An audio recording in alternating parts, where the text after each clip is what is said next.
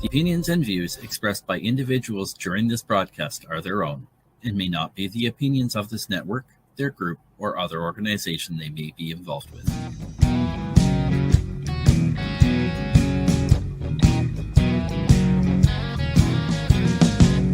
I'm looking at myself, reflections of my mind. It's just the kind of day to leave myself behind. So gently swaying through the fairyland of love. If you'll just come with me, you'll see the beauty of Tuesday evening news. Tuesday evening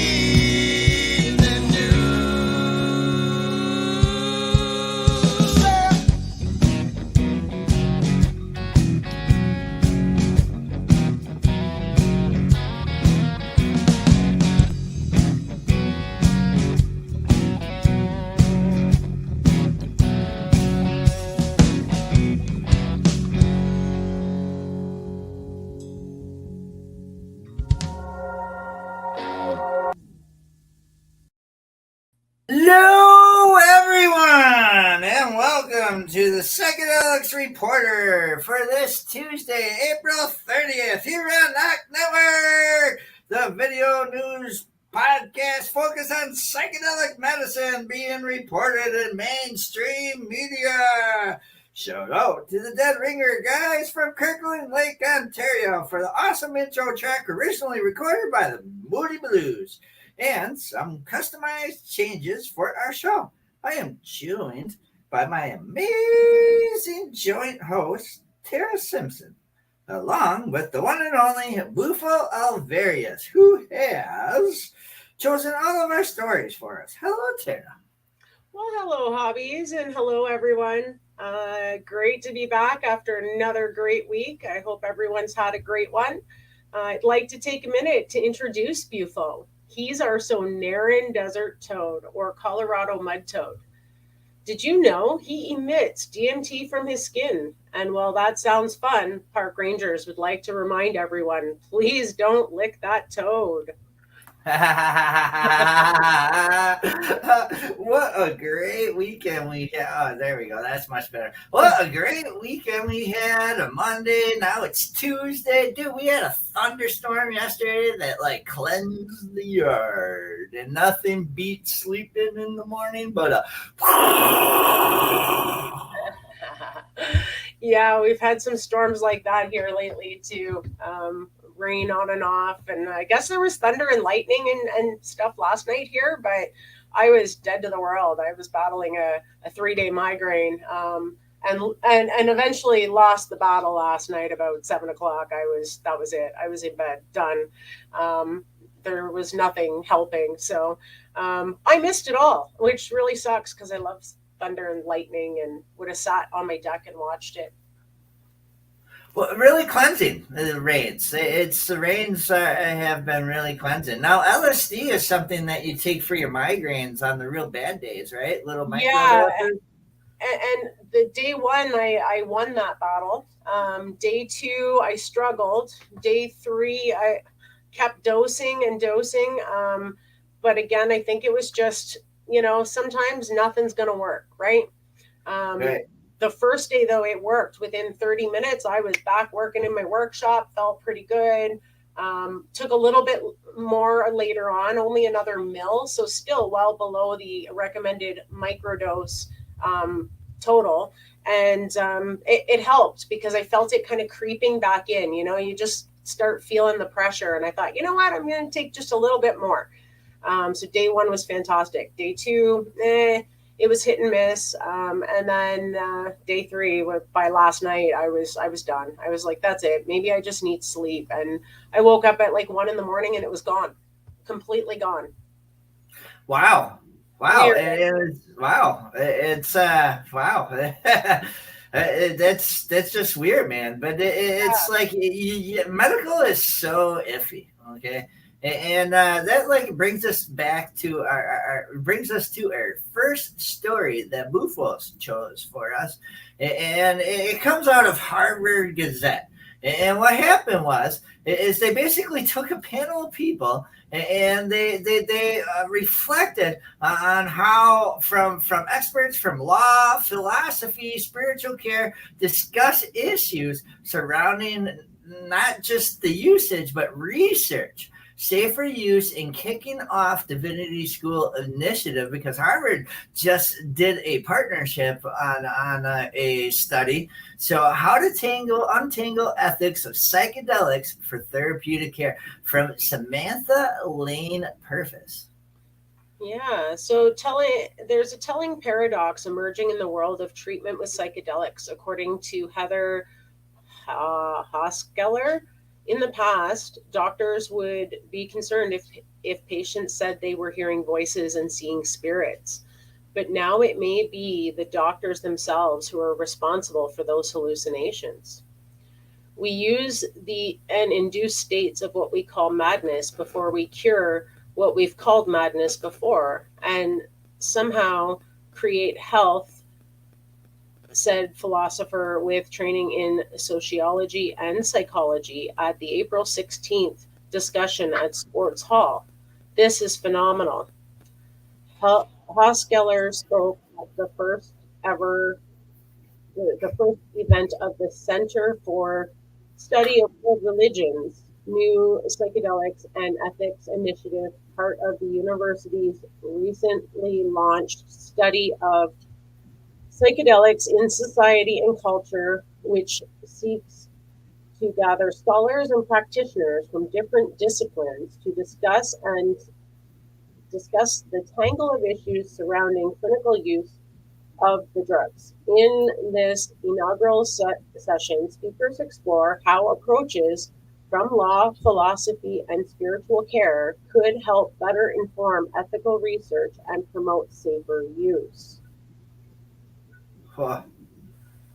So we're seeing an explosion of interest and enthusiasm, but perhaps too little regulation. That's open for debate. In the fast-moving landscape, said Charles Stang, director of the study of world religion. Hoskeller said that in her view, there are two ways of approaching the study of psychedelics by substance and experience.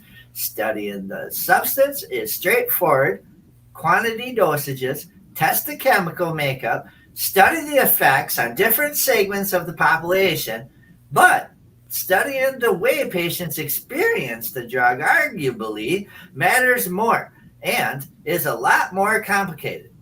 Psychedelic experience don't match the psychedelic substance in not only that the same dose of the same substance doesn't induce the same effects in different people, or even in the same person twice, said Hoskeller.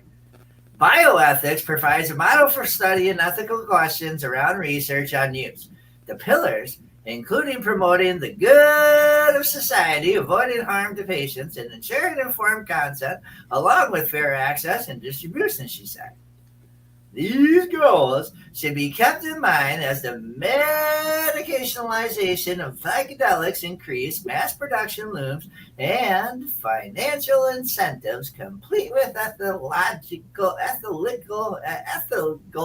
obligations. Hoskeller cited an example how to keep treatment financially accessible. One session with psilocybin hallucinogenic mushrooms may cost as much as $2,000, even though these mushrooms grow basically everywhere. Wow. Wow, eh? $2,000 for an experience, when you can buy, the same mushrooms and have your experience so much cheaper. Interesting. Mason Marks, a visiting professor at Harvard Law School from Florida State University College of Law, teaches a course on psychedelic law. He noted many parts of the legal landscape of using the drugs are largely uncharted territory, and informed consent is one area that needs improvement. By analyzing publicly available information or informed consent documents, he found that many psychedelic clinical trials overlooked or underemphasized what he and his colleagues believe are essential elements of informed consent of psychedelic medicine.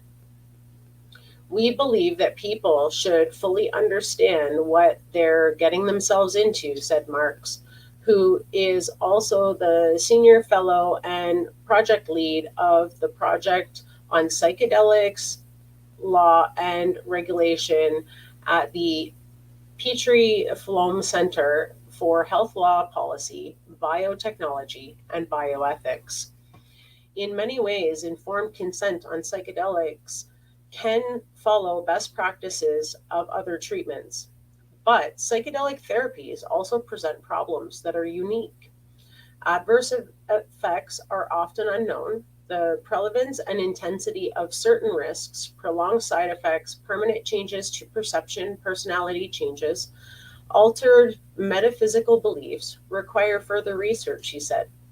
Practitioners should be transparent about risks and potential experiences associated with these treatments with the goal of limiting patient exploitation or abuse, Mark said. Wow. Wow. Roman Politsky, an assistant professor and director of research projects in spiritual health at Emory University, took a different approach to the ethics of psychedelic treatment. He suggested that using a cert-based framework, spiritual, existential, religious, theological, would include the kinds of experiences that tend to arise from these treatments.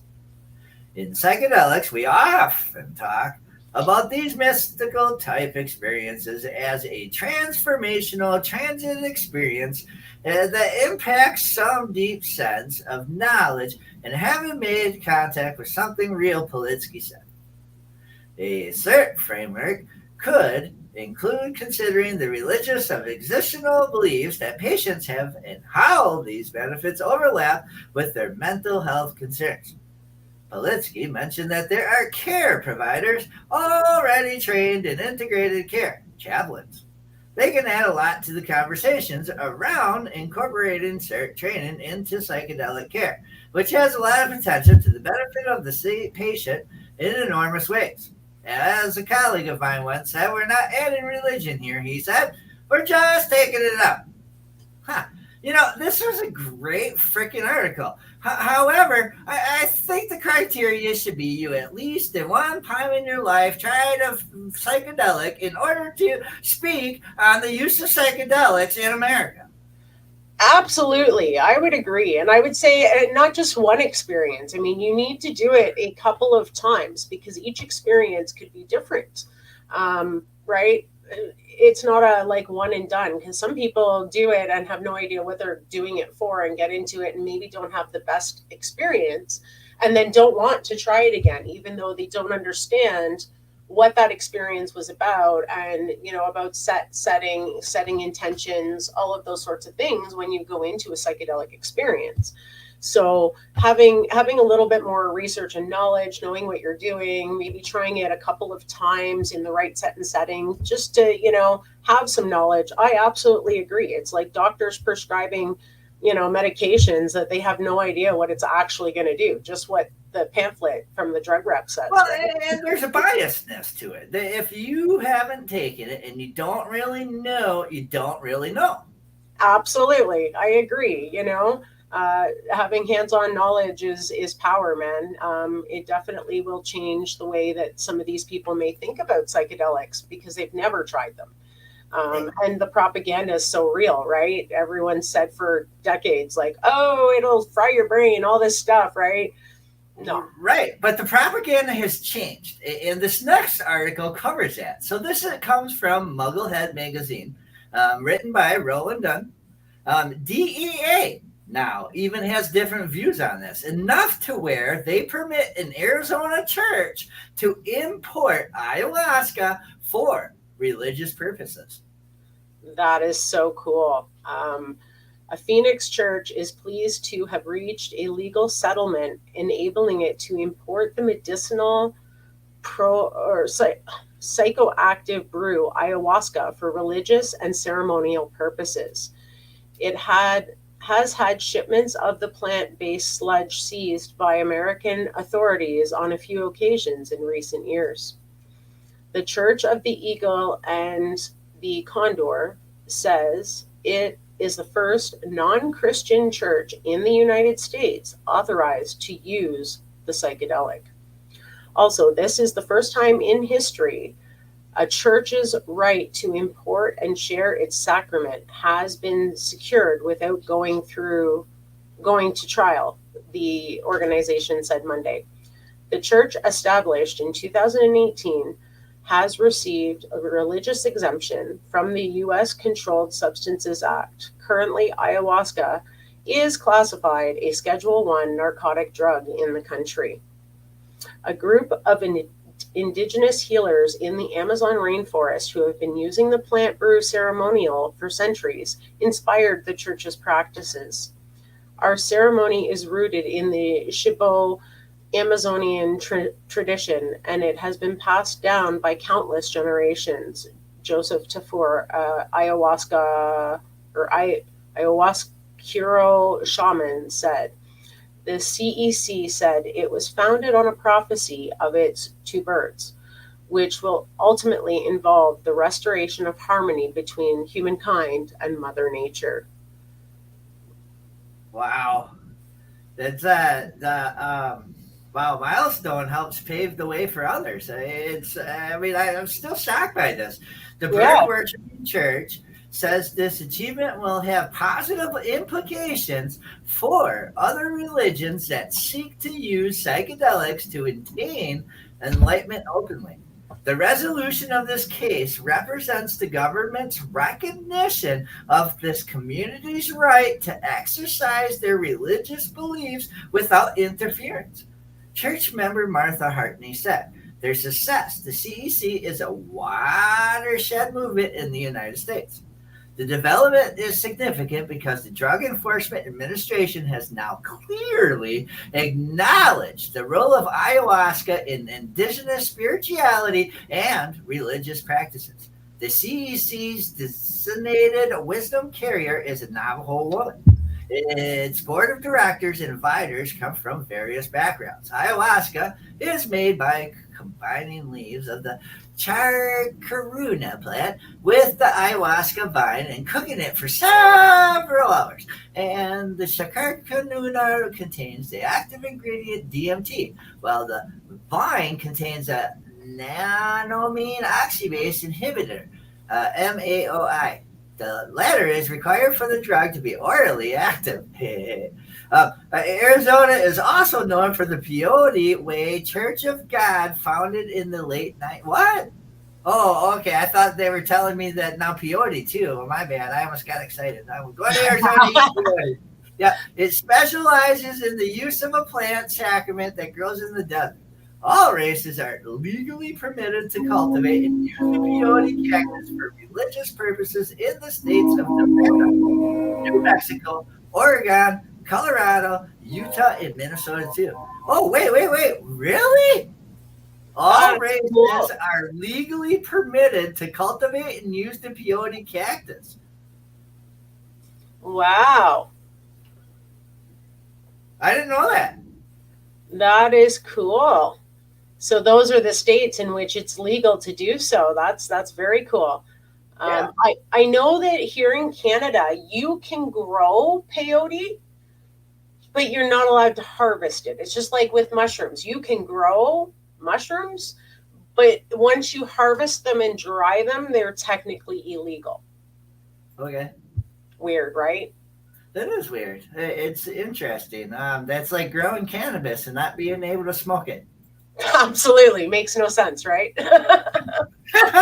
Welcome to Canadian law.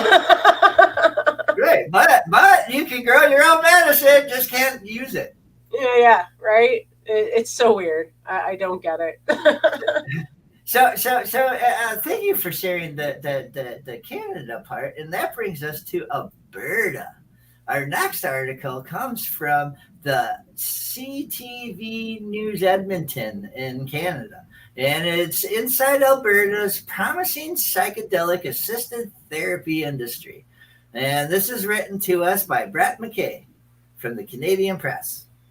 That's very cool. The picture above is Filament Health. And we've actually interviewed them on Open Your Eye before. So that's That's a really cool mushroom grow that they've got going on in Calgary, I think. The view from Senna's Life New Clinic is a South Edmonton high rise.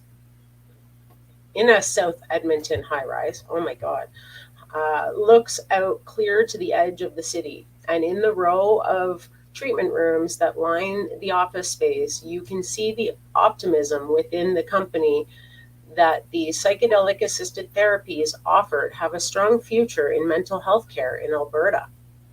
It's a big step up from the single room prototype space where Senna Life's team of health professionals first began integrating ketamine, psilocybin, and MDMA with psychological counseling for persistent conditions like post-traumatic stress disorder, major depression, and an anxiety. It was a one-room shop that let us build the process and the clinical pathway and transition what was in the evidence into operationalizing it, said Jacques Lovely, Senna Life Chief Operating Officer. Alberta became the first province to regulate the use of psychedelic therapies for the treatment of mental health disorders in 2022. The rules allowed licensed clinics under the direction of a psychiatrist to provide psychedelic-assisted treatments and outline how the patient is to be monitored while in an altered state.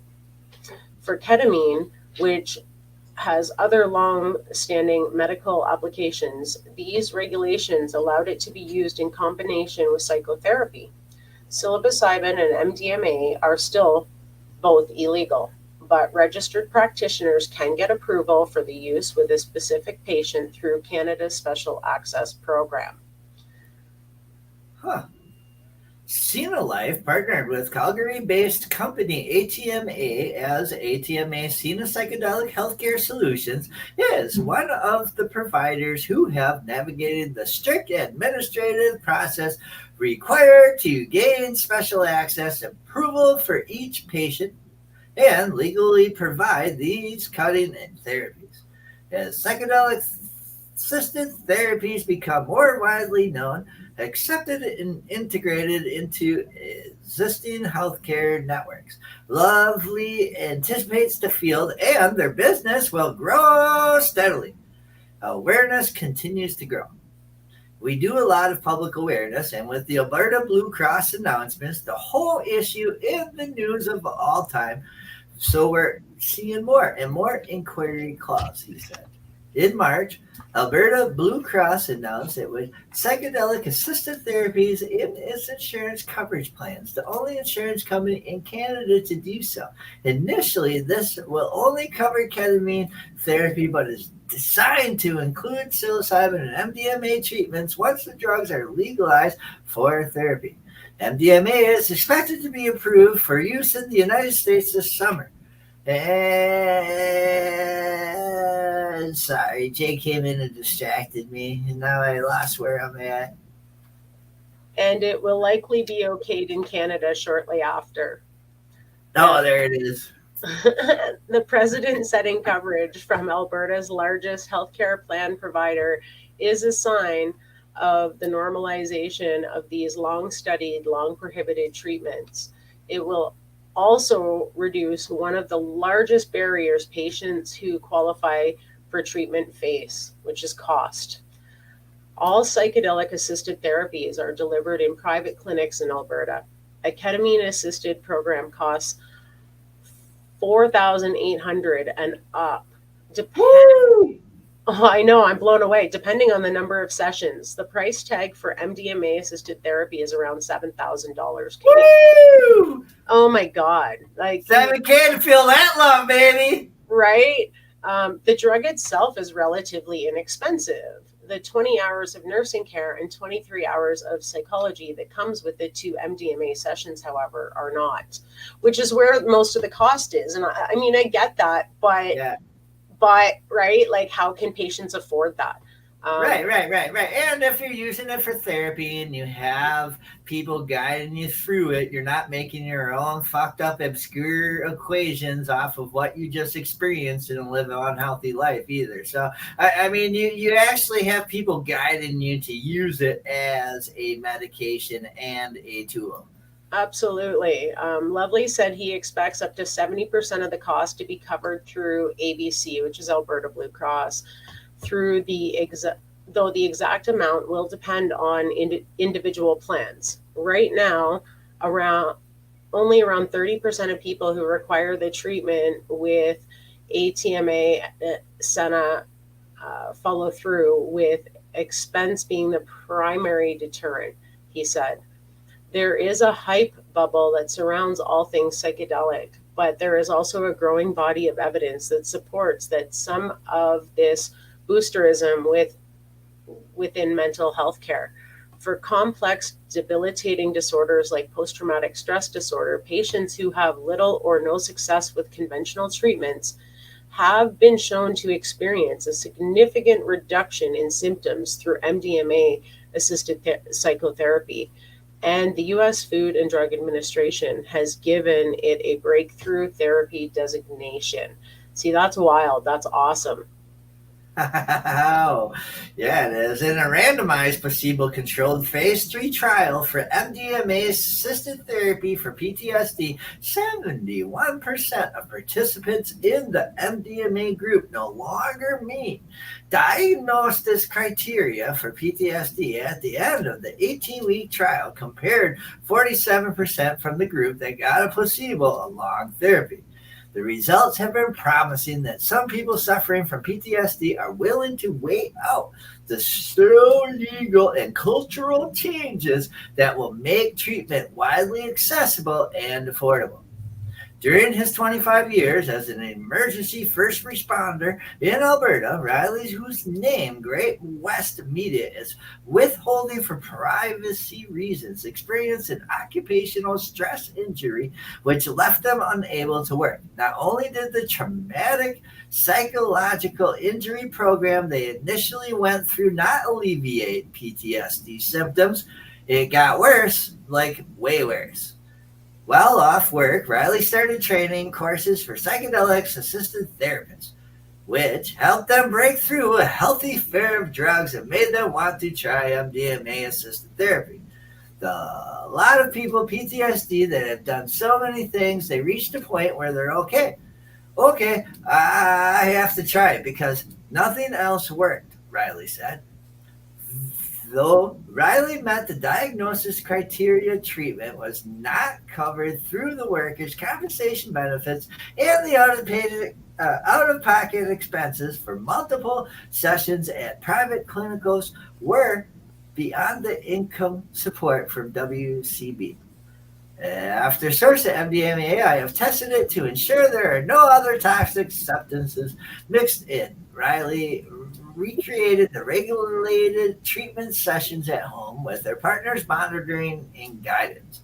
After a full year of MDMA assisted psychotherapy, I currently don't meet the diagnosis of having PTSD anymore. I could probably go back to my career if I so choose. But I'd say that MDMA was the catalyst for a big change. It opens up a very magical window, which allows you to reconnect yourself, Riley said. Wow. Wow, eh? And for many first responders, we've learned to shut down feeling so well. And in order to get out of the PTSD state, we have to start feeling again. And it's so funny that a club medication like MDMA can actually reconnect you with yourself and put you in a place where you can actually start to feel how you are in your body. Riley said that they think that ATMA, Senna, and the Senna Life will do an amazing job of bringing these life changes to more people. But they hope that it will one day be available for anyone who truly needs it. I'd love to see it covered one day. I think we're going to go through a big learning curve where people are going to have to pay out of pocket in order to get better. But I'm hoping one day all of these things will be covered. That's incredible. I'm glad that Blue Cross has taken the initiative. They're a very big insurance company, so maybe others will follow suit. Here in Canada, I think that there's many people who are suffering who could benefit from this. And at the end of the day, you're paying for them to take all these other pharmaceuticals that aren't working for them. So in the grand scheme of things, if they paid out $7,000 and it worked, now that patient no longer needs all these prescription drugs and can go back to their job and be productive. And right, I think long term, it's cost effective for these companies to try that. And hope that patient gets better, because they're going to save thousands of dollars each month on all these prescriptions. Amen, sister. Amen. And get the help they need. Yeah. At one time, I was on 29 pharmaceuticals for all of my issues at the same time. Very over medicated, and if I had to pay out of pocket per month for my prescriptions was over $5,000 a month. Woo! Right. So, I mean, what's $7,000 in the grand scheme of it if it saves them $5,000 a month on each patient? Yeah. And speaking about medication, that brings us to the best part of the show, medication time. Absolutely. Time to pay some bills. So stay tuned for a word from some of our sponsors. Then we'll be back with more articles that Bufo has chosen for us, making mainstream media news. Back in 4 minutes and 17 seconds here on the Psychedelic Reporters on NOK Network.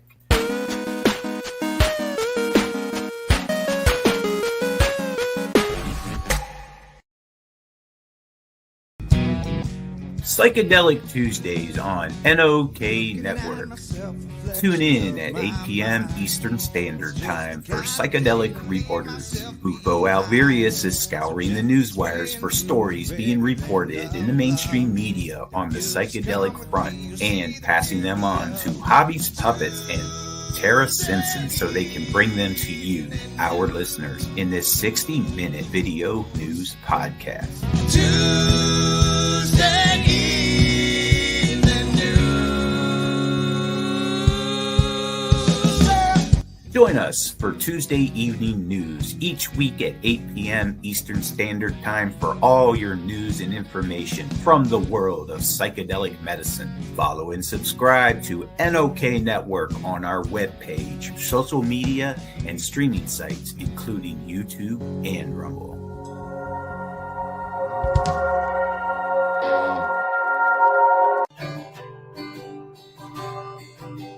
Peace, news, and views on NOK Network. Patients everywhere advocating cannabis evolution with Kim Cooper and Sir Steve O.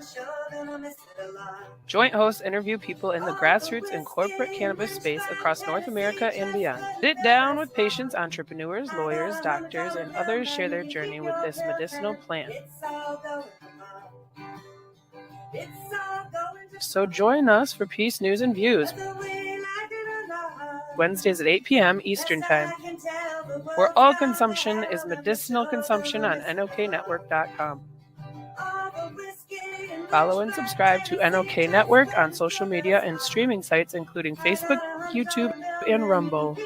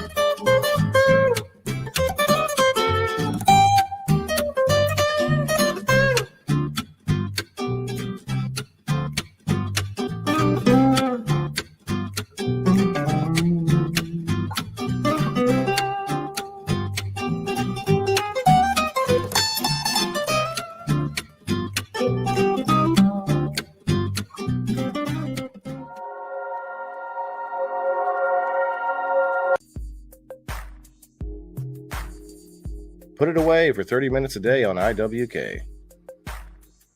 The IWK 710 Daily Sesh is a virtual gathering where consumers meet up or a toke and some laughs at 7 p.m. Eastern nightly. Originally aired on Info with Kim's social media page, the IWK 710 Daily Sesh is now also podcasted on NOK Network. Rotating joint hosts bring you a variety of content during this 30-minute virtual smoke sesh. Take a break from the stresses in life and put it away for 30 minutes a day on IWK.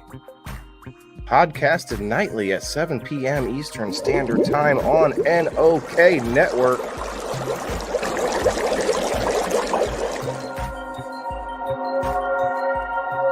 Hey, dudes and dudettes. Enjoy the show, man.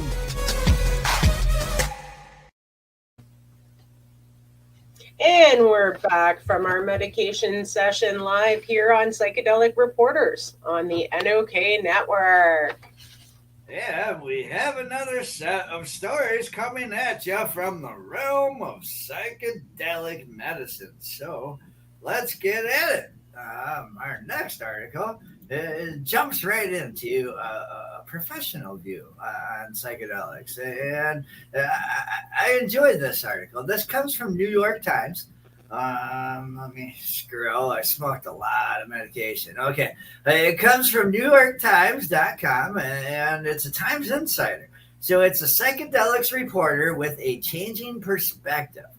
Can an experimental drug cure opioid addiction? Andrew Jacobs, who writes about psychedelic medicine for the Times, explored the promise and peril of ibogaine. And it's written by Andrew Jacobs. Yeah, this is a very interesting one because I've heard great things about ibogaine and actually know someone who has taken ibogaine and interviewed facilitators of ibogaine. So as a reporter covering psychedelic medicine for the Health and Science Desk at the New York Times, the drugs that often command my attention are familiar to any veteran psychonaut: ketamine, LSD, psilocybin, or magic mushrooms, and MDMA, also known as Molly or ecstasy. Many of these psychoactive substances have been the subject of research for years, if not decades, with a growing tranche of scientific evidence that suggests these drugs have the potential to treat some mental health issues. Among them, depression, substance use, abuse, and eating disorders. But the research on psychedelics has largely ignored ibogaine, a drug that's derived from a plant native to the rainforests of Central Africa. In fact, from Gabon, Africa is the biggest area. I just know that.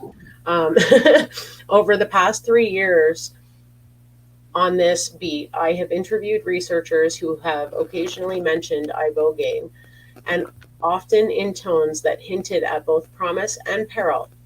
The handful of experts who have worked directly with the drug cast it as a powerful addiction interrupter, one that can quell the excruciating symptoms of opioid withdrawal and tame the cravings to use again. According to a number of small studies, many patients report being able to achieve long-term sobriety in a single therapeutic session. In the United States, the drug remains illegal, but many patients will travel abroad for ibogaine therapy. Wow. But there are downsides. An ibogaine journey can be grueling. Some patients can feel the effects for up to 24 hours. From 1990 to 2020, more than 30 ibogaine-related deaths have also been reported. Some of them ascribed to severe arrhythmia or an irregular heartbeat that in rare cases can lead to fatal cardiac arrest. Those risks were enough to prompt the Food and Drug Administration in the 1990s to add further study on ibogaine's potential to treat crack and cocaine addiction. Many psychedelic researchers just left ibogaine alone. But then came the initiative in Kentucky that electrified the close-knit world of psychedelic research.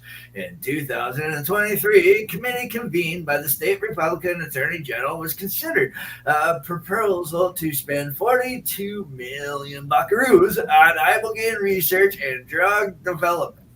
The money would come from the funds that the state was expected to receive in an opioid settlements from pharmaceutical companies. A friend of a friend, Adriana Kircher, a lawyer in New York whose firm specializes in psychedelic medicine, invited me for coffee to talk about the proposal. In November, Miss Kircher put me in touch with Brian Hubbard, the commission's chair. Mr. Hubbard had little experience with psychedelics, but he became fascinated with ibogaine after reading accounts about its potential to treat opioid addiction. Wow. I was desperate and felt I needed to explore all options that might show promise, said Hubbard, who grew up in Appalachia near the West Virginia-Kentucky border, a region of the United States that has been devastated by the opioid epidemic. I've seen the carnage firsthand, he says. With the number of fatal overdoses in the United States topping more than 112,000. Thank you. My brain just was like, no, it was after medication time. We're here to many between May of 2022 and May of 2023, and opioids like fentanyl contributing to the high record, it felt like the right time to take a closer look at ibogaine. In late November, I traveled to Louisville, Kentucky to meet with harm reduction workers, recovering opioid users, and those still in the throes of addiction. Among those, I met with Jessica Blackburn, 37, who started using oxycodone in high school and later turned to heroin. Miss Blackburn spent time in 5 different inpatient treatment clinics and tried medical interventions like Suboxone to treat her addiction. Nothing helped her remain sober until she tried ibogaine 8 years ago. She has not touched opioids since. Given the limitations of existing treatment options, many people I spoke with in Louisville agreed that any treatment with promise should be considered. But what about the ibogaine cardiac risk? Mr. Hubbard was confident that the dangers could be mitigated. He connected me with scientists working on the issue. They included Dr. Deborah Mash, a veteran ibogaine researcher at the University of Miami, who has used ibogaine to treat more than 300 patients with opioid use disorder. Dr. Martin Polanco, a medical director of the Mission Within, a program that has used ibogaine to treat over 1,000 veterans with traumatic brain injury and addiction issues. And Dr. Nolan Williams, a Stanford University neuroscientist who was preparing to publish a study that highlighted measures to reduce ibogaine's heart risks. Wow, that's really cool. I know that the facilitators that we've interviewed in the past are nurses, and they actually send you for cardiac related tests before they will consider you for treatment. So that's really I sat down with them. Yeah, I know who you're talking about. Yeah, the Fishleys. Yeah. Man, and it's because we're adamant that the ibogaine related fatalities could be effectively managed by screening out individuals with cardiovascular problems and ensuring ibogaine was administered in a medical setting. Wow. Wow. Covering psychedelic medicine can be nerve-wracking, given the field's relatively nascent state, the plasticity of large studies, and the occasionally breathless boosterism of its advocates. Journalists on the High Times science team were cautious about allowing people to get ahead of the science. When writing the article, my editors and I took care to balance the seeming promise of ibogaine against clear risk. The article, which was published this month, elicited a largely positive reaction from experts. In the comments section, more than 100 readers, among them people who had ibogaine or undergone ibogaine therapy, expressed hope that the federal regulators might one day approve study of the drug. Kentucky's newly elected Attorney General Russell Coleman doesn't share their optimism. On March 13th, Mr. Coleman effectively killed the commission's ibogaine initiative. So all that money went. Wow, eh? Mr. Hubbard remains undaunted. Last month, he began working for the Ohio State Treasurer's Office on similar initiative to use opioid settlement money to fund research of ibogaine. A half dozen other states have expressed interest in doing the same. I, too, will be keeping a close eye on the fascinating psychedelic in the months, year to come. Great article. Wow, that's crazy cool. They spent all that money. Yep. All the opiate money. Yep. And what? So the guy could say, oh, well, we've spent all that money and it didn't work. Well, it didn't work because you didn't further the studies. Right. Like, absolutely wild how these people think, right? Yeah. Again, sometimes people are in it for the wrong reasons, and all that money spent on what? I'd love to see what they spent it on. Where did it go? It didn't go on patient treatment, obviously. Well, and there's two sides of the world of psychedelics. They're the ones that feel the treatment are going to affect the shamans and everybody else and the facilitators, and then there's the other side. And that brings us to Yahoo News. With ayahuasca, psychedelic brew landing shamans in jail. And this article is international, and it's David Salazar with Peru and Mexico and Peru. Oh boy. Wearing a necklace of jaguar fangs and a green feather headdress, shaman Claudio Perez is back home in Colombia overseeing an ayahuasca ceremony after the mind-altering brew landed him in a Mexican jail.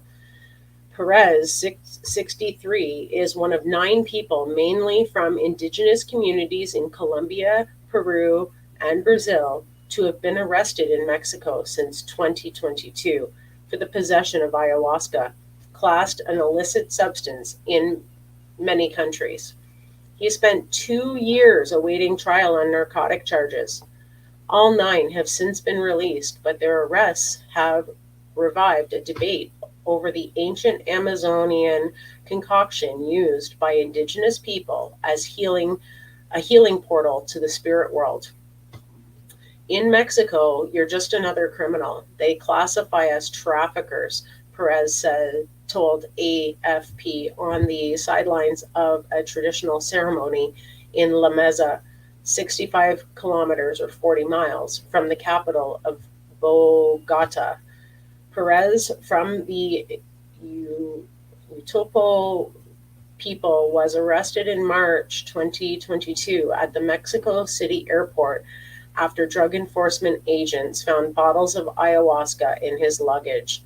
Prosecutors sought 25-year prison term against him. Holy shit.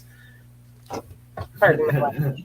Right. I want to know how many bottles. I mean, as a shaman traveling and helping people on their journeys, I'm sure that's one of his toughest things to do is safely transporting medicine. Prosecutors sought a 25-year prison term against him. Wow. His case was dismissed after Colombian President Gustavo Petro, who has said he tried ayahuasca, sent a team of academics to Mexico to address the court about the ancient use of ayahuasca, ritual therapy, and treatment. Ayahuasca is extracted from Amazonian vine, Banisotropis caipi, and mixed with other leaves and ingredients before being consumed in shamanic rituals. It contains the hallucinogenic active ingredient dimethyltryptamine, or DMT, which is illegal in Mexico, the United States, Canada, and some European countries also as well. Mexico considers it a especially serious problem for public health. Perez has traveled the world with ayahuasca to treat those seeking its healing benefits. He said it has been to Mexico dozens of times for this purpose. Scientists are increasingly interested in the therapeutic use of psychedelic drugs to treat addiction and mental health issues. Ayahuasca has become trending amongst wellness obsessed Westerners who have flocked to retreats in Colombia, Peru, and Ecuador, as well as those hosted by so called neo shamans in Europe and the United States. Celebrities such as Susan Sarandon, Sting, and Lindsay Lohan have openly talked about taking the brew. However, experts will warn the concoction as its dangers, especially if mixed with other drugs and can trigger psychotic episodes. Wow. Wow, eh? Julian Quintero of the NGO Acción Técnica Social, which is against the war on drugs, said traditional ceremonies that include the use of ayahuasca are moving out of indigenous ritual context given the global trend of returning to spiritual experiences. There is a gray area that Latin American countries should regulate, including to determine who has the power to use ayahuasca and ensuring it is not aimed at purely recreational commercial sale, he said. The crime is being indigenous. The Colombia indigenous people, 84% of those older than 12 have used ayahuasca as traditional medicine, according to official figures. In Peru, authorities declared ayahuasca part of the natural cultural heritage in 2008. But in September 2023, shaman Lorio Histarosa of the Peruvian Amazon Shipo Canibo tribe was arrested after he landed in Mexico City to attend an international congress on indigenous medicine. The 71-year-old AFP he did not understand why he ended up behind bars for 6 months.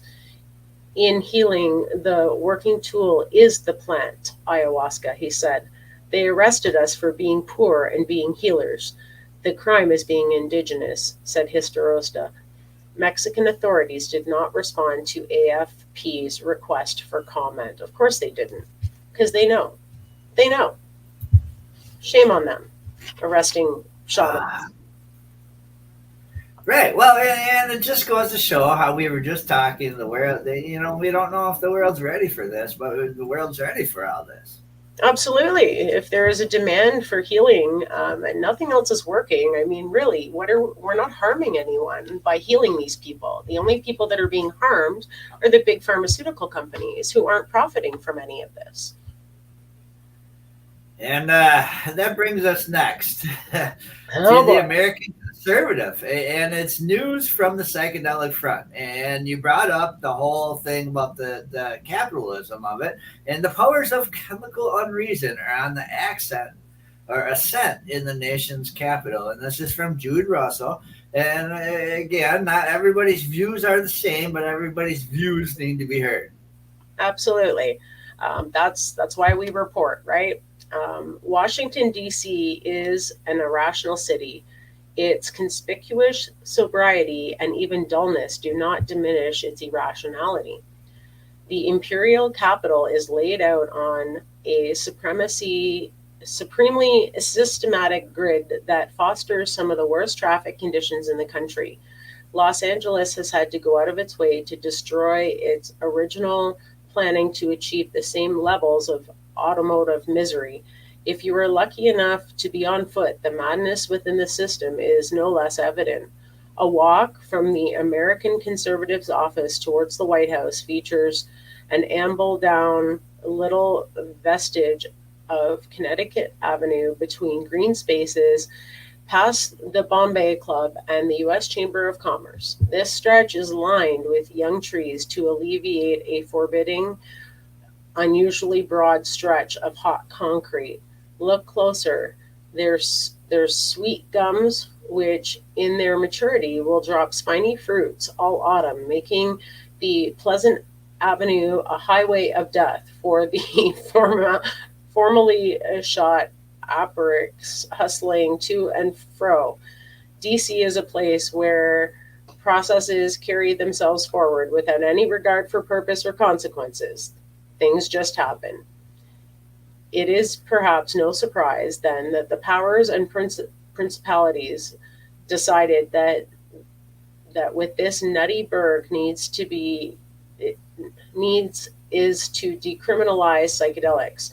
A 3-block walk from the TAC offices up Connecticut Avenue and down the side street away from the White House. For those following along with a map and a pencil at home, your prowling columnist and his intrepid investigative sidekick may find a converted townhouse in which the purveyors of rare herbs and prescribed chemicals ply their trade. Well, that's interesting. Well, not in a sub-rosa way either, thanks to the Euthanogenic Plant and Fungus Policy Act of 2020, a ballot initiative that met with the approval of 3/4 of the voting citizen of the federal district. The Metropolitan Police are mandated not to enforce laws against LSD, magic mushrooms, ayahuasca, non-synthetic DMT, mescaline, and all that jazz, so long as there are any other laws that need enforcing. The same mechanism that was used for DC's 2014 decriminalization of cannabis. The cops have their hands full with the other leisure activities of the district's unruly denizens, guaranteeing that the poor HP and PC can operate with the insolent openness of an Apple store. The Apple Store, or something like it, seems to be the inspiration for Wellness Dreams Weed Dispensary, LLC. White plastic and glass surfaces dominate, accented with fake plants and art in a style that we'll call corporate psychedelic. Floor displays are minimal. Your order with RHBV and iPad at the counter. It's all very Crate and Barrel. If Crate and Barrel reeked of cannabis, played shuddering modern rap instead of Regina Spektor. I like this guy's writing. Yeah, no doubt, eh? The spell of Obama-era retail interiors is broken by the staff who seem undifferentiated from the PORH and PC from the benighted era before the Euthanogenic Plant and Fungus Policies Act of 2020. Your prowling columnist and his investigative sidekick were served by a visibly high man in a sweatshirt. Have you guys ever done mushrooms before? Slightly shamefully faced, no. Are you guys doing them together? We don't know. People usually start with the albino penis MB. This, it turns out, is the name of a mushroom. If you take it with people, make sure it's people you feel good about, because if there's anyone you like feel shady about, it could sour your trip. Again, set and setting, right? We've talked about that. Mm-hmm. So he says, noted. Much beyond this brief conversational decision tree, our guru's comments became hazy and unimpressionistic. He told us a Dream Wellness Weed Dispensary LLC, despite its name, sells a lot more mushrooms than weed. He told us albino penis MB was from California. He thinks, probably. Does Gavin Newstrom know this? He told us to drink orange juice if the mushrooms turned our stomachs. He told us about the time he did DMT in the store. Who buys all this? Like veterans with post-traumatic stress disorder and stuff. The other customers, while we were there, were 2 standard issued 20-year-old wastoids and a guy in a button down with one of those official corporate or government name tags. We walked out with $60 worth of albino penis envy, bundled up in a paper bag with no information on it besides Wellness Dream Wellness Weed Dispensary LLC's rainbow logo. Wow, this all will end in tears. As with cannabis legalization, psychedelic legalization has relied on an unequivocation between recreation and medication. In DC, the mascot for the shroom ballot measure was a young mother self-treating for postpartum depression. Yet in the gap between the two, normal structures of responsibility for either recreation or medication have been lost. If your bartender were drunk on the job, that would be a problem. If your doctor, psychiatrist, pharmacist were to hand out controlled substances without any real instructions, that would also be a problem. If you didn't know where those substances came from, that would be a problem too. Drug legalization, by my lights, a bad idea, but their arguments can be made for it. None of the arguments involve downplaying the fact that there are potentially dangerous substances that, in the case of psychedelics, at least temporarily derange your scenes and intellect. There is a reason that the psychedelics tradition encourages some sort of supervision for your first trip, particularly with high test stuff. DMT is a suggestion that is conspicuously lacking from our PORH and PC's advice. They aren't candy, and any more than liquor or Thorazine are. The question with every regulatory policy is whether the industry and its customers can be responsible with the new freedoms acquired. Observations from the field are not encouraging. I have a mortgage and 3 kids. I'm not going to start taking mushrooms at this point in my life. Your prowling columnist happily left the paper bag with his investigative sidekick. Isn't envy a sin anyway? Hilarious. That's too funny. Oh, man. These were great articles that Bufo chose. I mean, they're well brought in. They made it feel character. These writers are good at what they do. And This guy right here, even, he just talked about how they decriminalized it in Washington, D.C. And there's skepticism. It started to come out just like their cannabis was in co-ops. And everybody was scared, didn't know what to do, but there was a lot of fucking weed to smoke. Absolutely. I mean, we used to buy weed from just some random dude that would hang around the high school that had grams of weed for sale as kids, right? Same with our mushrooms. Now, I mean, I would be a little more skeptical, going into a shop and not having a knowledgeable person advise me on the substances and strains and, how to take them and stuff like that. I mean, set and setting's one thing, but I would also be explaining a little more about dosing and such for those patients who have never tried it before, right? Yep. Just my preference, but coming from a medical industry background and being in pharmacy for years, patient education is key to making sure that people have a good experience, whether it's right dose, right meds. Yeah, absolutely. So I still give that same advice when talking to people about how to microdose or how to macrodose and what strains they're using and so on and so forth. That all plays a huge part. So I would hope that these, fly-by-night operations would step their game up a little bit and have some pamphlets at least, or, some website links they can hand out, or, to educate their patients.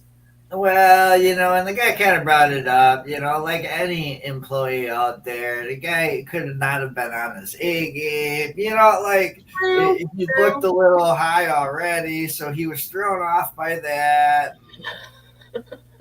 Right? Yeah. But, at the end of the day, if those guys did take those mushrooms, they left with $60 worth. I don't know what that is in the States, but I'm assuming, 7 grams ish, maybe. Between the two of them, they're going to have a wild night if they took the whole thing. right. Yeah. Hope they were connected. Entertaining day here on the 30th, man, and that brings us to me thanking you for joining us here on the Psychedelic Reporters NOK Network, and for tuning in to our video podcast on NOK Network's Rumble and YouTube pages, as well as other social media sites. We so hope you enjoyed our update today on mainstream media coverage of psychedelic medicine advancements from around the globe. Many thanks to our sponsors and to my joint host, Tarra Simpson, and to Bufo Varias for choosing these stories, and to you, our listeners, for joining each week on Psychedelic Tuesday. Let's hear from Dead Ringer again from Kirkland Lake on our way out. Oh, wait, how do I keep everyone? Yeah. Everything else going so great. You guys have a great night. Bye!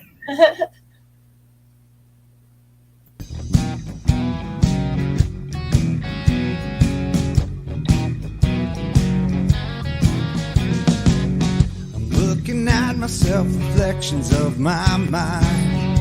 It's just the kind of day to leave myself behind. So gently swaying through the fairyland of love.